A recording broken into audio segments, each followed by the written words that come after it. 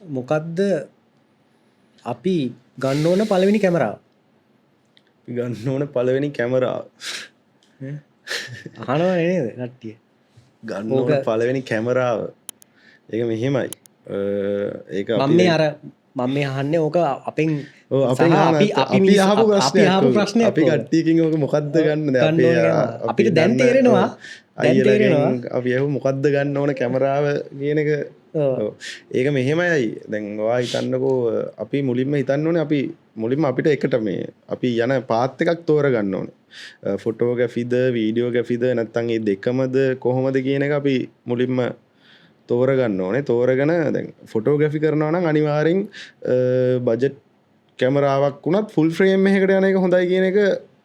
මොකද ඒකේ මෙගාපික්සල් ගාන වැඩි ෆුල් ෆ්‍රේම් එකකට යන එක හොඳයි කියන එක. ප්‍රමාණය වැඩි ලෙන්ස් පාවිච්චි කරන්න පුළුවන් ප්‍රමාණය වැඩි. හැබැයි දැන් සෝනිලා ඒකට ඔප්ෂන් එකක් වශයෙන් දීලා තියෙනවා පාවිච්චි කරන්න පුළුවන් එක. ඊලෙන්ස් නේ. ඒවා දීලා තියෙනවා. එතකොට අර තමන්ගේ අතේ තියෙන බජට් එකත් අනුව ඒක අපිට තීරණය කරන්න වෙනවා ගොඩක්ම මොකක්ද යන්න පුළුවන් කැමරාව කියලා. මමත් ඕකට දකින උත්තරේ තමයි අපි දැන් කැමරාවක් ගන්නවා අපි මොකද්ද පළවෙනි කැමරාව කියලා අහුවාම ඔයා කැමරාවෙන් මොකද්ද කරන්න යන්නේ? ඔව් මොකක්ද කරන්න කැමරාවෙන් මොකද්ද දැන් ෆොටෝද වීඩියෝද මොකක්ද කරන්න යන්නේ කියන අනිවාර්යෙන් වැදගත්. එතකොට මේ ප්‍රශ්නේ අහන්න ඕනේ අරකට එක්ක. අපි මේ මම මේවා කරන්න යන්නේ මට මොකද්ද මම ෆැෂන් කරන්න යන්නේ. එහෙම නැත්නම් මම වෙඩින්ස් කරන්න යන්නේ. එතකොට එහෙම නැත්නම් මම මේ බර්ත්ඩේ ෂූට්ස් මොකක් හරි ආකිටෙක්චර් මොනවා හරි දෙයක්. ඒක කියලා ඇහුවොත් අපිට කියන්න පුළුවන් මේ කැමරාව පටන් ගන්න මේ ලෙන්ස් එක යූස් කරන්න. ඒ ප්‍රශ්නේ ආයේ එහෙම අහන්න නැතුව අර මොකක්ද කරන්න ඕනේ කියන එක තමයි අපි මුලින්ම හිතන්නේ.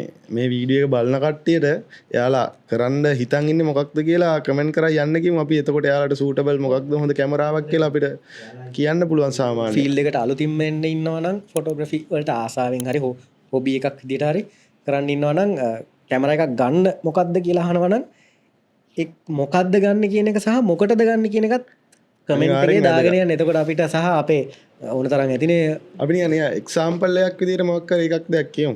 සාමාන්‍යයෙන් නෝමල් දැන් වා වැඩිපුරම කරන්නේ ඉවෙන්ට් සහ දැනට පොඩි බාලගේ අමාරුම වැඩක්. එතකොට ඒතනදී වා පාවිච්චි කරන ලෙන්ස් සහ කැමරා සාමාන්‍යයෙන් මෙහෙමයි. මම පාවිච්චි කරන්නේ 85 එක. 85 එකක් මම මුලින්ම පාවිච්චි කරේ 6D කැමරා. සාමාන්‍යයෙන් අපිට බේබි ෂූට් එකක් කරනවා නම් හොඳටම ඒ දෙක ඇති. දැන් අහන්න එපා ඊම කැමරාවක් ගත්තේ නම් මම දැන් බේබි ෂූට් ගන්න බෑ. ඒක ඇත්තටම මේ ඒක අප්ඩේට් වෙන්න ඕනේ. අපි කියන්නේ මේ යන කාලයත් එක්ක කැමරාස් වල මේ ඇත්තටම මේ රික්වයර්මන්ට් එකත් එක්ක ඒ ලෙන්ස් වල තියෙන රික්වයර්මන්ට් වෙනස් වෙනවා. ඒ කියන්නේ අපි දැන් එක්සැම්පල් එකක් විදිහට වෙඩින්ස් කරනවා නම් වෙඩින්ස් නම් ගොඩක් වෙලාවට මේ කාලේ යන්නේ 50mm ෆෝකල් ලෙන්ත් එක තමයි ලෙන්ස් එක හැටියට යූස් කරන්නේ. කැමරා එක විදියට A7 Sony එක ගත්තොත් A7 III නැත්නම් A7 IV එතකොට R4 R3 එතකොට මම කියන්නේ වැඩිපුරම Canon ලයි ගත්තොත් R6 Mark II R6 Mark II ඒක R6 එක ඊට එතනින් එහා තියෙන පොඩ්ඩක් ගන්නන්නේ. ඒ රේන්ජ් එකේ තමයි සාමාන්‍යයෙන් වැඩක් කරගන්න පුළුවන්. තව දෙයක් දැන් අපි සාමාන්‍යයෙන් හොබි එකක් විදිහට වැඩක් ස්ටාර්ට් කරනවා නම් ෆොටෝග්‍රැෆි හරි වීඩියෝග්‍රැෆි ස්ටාර්ට් කරනවා නම් මම රෙකමන්ඩ් කරන්නේ ලොකු කැමරාස් හොඳ කැමරාස් වලට යන්න කියලා. සාමාන්‍යයෙන් බජට් පොඩි කැමරා එකක් ගත්තා නම් වාගේ හොබි එක මේ සැටිස්ෆයි කරගන්න ඇති. හැබැයි ඔයා කවදා හරි දවසක ප්‍රොෆෙෂනල් මට්ටමට ඔයා වැඩේ ස්ටාර්ට් කරන්න බලාපොරොත්තු වෙනවා නම් ඔයා ගන්න කැමරා එක එන්ට්‍රි ලෙවල් කැමරා එකක් ගන්න එපා කියලා තමයි මාත් කියන්නේ. ඒ කියන්නේ මෙහෙමයි අපි අර කස්ටමර්ගෙන් ගන්න ප්‍රයිස් එකට යාලට හරියන ප්‍රොෆෙෂනල් ලෙවල් වැඩක් දෙන්න ඕනේ. අපි ඒ වගේ ප්‍රයිස් එකක් ගන්නවා නම් ඒ වගේ වැඩක් දෙන්න ඕනේ. මුලින්ම තමන්ගේ බජට් එක එකතු කරගෙන ඉන්න. හරිද?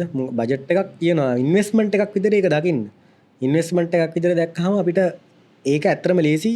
ඒ ඉන්වෙස්ට්මන්ට් එක ඉස්සරහට හොඳ ටර්න් ඕවර් එකක් රිටර්න් එකක් විදිහට ගන්න පුළුවන්. මම දැන් අපි ඊවරේදා අපේ මේ මල්ලි කෙනෙක් අඳුරන කියන්නේ මේ මා ඔය TikTok එකෙන් දැකපු මල්ලි කෙනෙක් මට මැසේජ් එකක් දාලා තිබ්බා. අයියේ මම කැමරා එකක් ගන්න යනවා. එයාගේ තිබුණා. එයාගේ ෆෝකස් එකක් තිබුණා. මොකක්ද එයා කරන්න යන්නේ කියලා he knows. එතකොට එයාගේ මොනවද කරන්න යන්නේ කියලා එයා දන්න නිසා එයා මගෙන් ඇහුවා මම කැමරා එකක් ගන්න යන්නේ මම කරන්න යන්න මේවා එතකොට එකන එයා කරන්න ගිහිලා තියෙන පොඩි ඉවෙන්ස් ෆොටෝග්‍රෆි සහ වීඩියෝග්‍රෆි දෙකම එතකොට එයා මගින් ඇහුවා අයි මම ගණ්ඩ යන කැමර එක A7 III කැමර එකක් හරිද A7 III කැමර එකයි ලෙන්ස් 70යි සොරි 24යි 70 2.8 ලෙන්ස් එක එතකොට 85 මෙයාගේ හොඳ ප්ලෑන් එකකුත් තිබ්බා ටිකක් නොලෙජ් එකක් තියෙනවා කියන්නේ හැබැයි මම එයාට කිව්වේ එයාගේ අයිඩියා එකක් තියනවලු A7 IV එකටත් යන්න මං කිව්වා ඔයා A7 III ගන්න එපා ඔයා මේක හොබි එකක් විදිහට නෙමෙයි ඔයා මේක ඉන්වෙස්ට්මන්ට් එකක් විතර කරන්න ඔයා A7 කෙලිම 4 ගන්න මොකද ඔයාගේ වැඩේ ඔයා ස්ටාර්ට් කරගෙන ඔයා මාස්ටර් වේගන එනකොට ඔයාට ඔයාට ඊට වඩා හොඳ කැමර එක රික්වයර්මන්ට් එකක් ඔයාට එනවා එතකොට මේ අද ගන්න නැති මේ කැමරා LK කියන්නේ ඔව් නෑ මිනිහා ඩුබායි ඉන්නේ මිනිහා මම කියපු ගමන් කියලා දවස් දෙක තුනක් යනකොට මිනිහා බඩු ටික සෙට් එකම ගත්තා ගත්තේ මොනවද දන්නවද A7 IV එකයි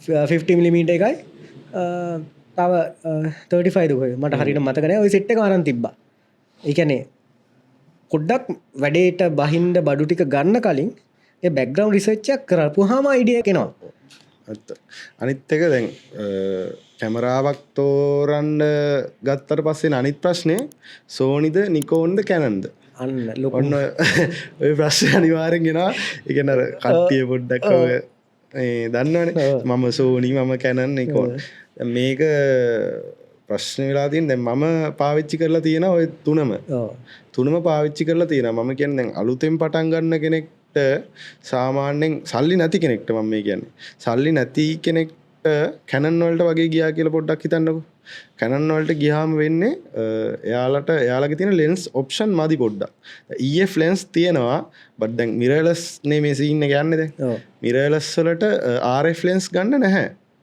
කියන්නේ අධික ගාණක් වෙනවා ලෙන්ස් එක අපිට එතකොට ඇඩැප්ටරයක් දාලා අර වගේ ලෙන්ස් එකක් පාවිච්චි කරන්න පුළුවන් ඒත් අර මං හිතනවා ඊට වඩා සෝනිලගෙන් තර්ඩ් පාර්ටි කියන්නේ ලෙන්ස් ඔප්ෂන් ගොඩක් තියෙනවා මොකද සිග්මා එකෙන් එනවා අයිවිල්ටොක්ස් එකෙන් එනවා ටැමරොන් එකෙන් එනවා ඒ වගේ ගොඩක් ඒ වලින් සෝනිලට ලෙන්ස් ඔප්ෂන් තියෙනවා ඒක අලුතෙන් පටන් ගන්න කෙනෙක්ට සෝනි කැමරාවක් එක්ක ගියා නම් මං හිතනවා හොඳයි කියලා හිතනවා මොකද ඒක අර තියෙන අපිට ඊට පස්සේ ඇඩ් කරගන්න තියෙන දේවල් වල තියෙන ඇක්සස් කරන්න තියෙන ප්‍රමාණය ලේසි අනික රෙන්ට් එකට ගන්න ගියත් සාමාන්‍යයෙන් RF ලෙන්ස් එකක් ගන්න නැහැ රෙන්ට් එකට නෑ බඩු හැමතැනම නෑ බට් අර සෝනිලගේ හැමතැනම ඕන තැනක ගන්න තියෙනවා අපි මේ බ්‍රෑන්ඩ් එකක් හයිලයිට් කරනවා නෙමෙයි ඒ කියන්නේ මං කියන්නේ දැන් අලුතෙන් පටන් ගන්න කෙනෙක්ට අපි ඔක්කොම පාවිච්චි කරලා තිනවා අපි එහෙම කිසිම බ්‍රෑන්ඩ් එකකට මේව නෑ හැම එකම හොඳයි ඒ කියන්නේ Canon ගත්තොත් කලර්ස් අතින් ස්කින් කලර් ස්ටෝන් එහෙම හදන්න දෙයක් නෑ එඩිට් වල එහෙම හරි ලේසි හරිම ලේසි වැඩ කරන්න ඒ කියන්නේ මාර යූසර් ෆ්‍රෙන්ඩ්ලි පට්ට ලේසි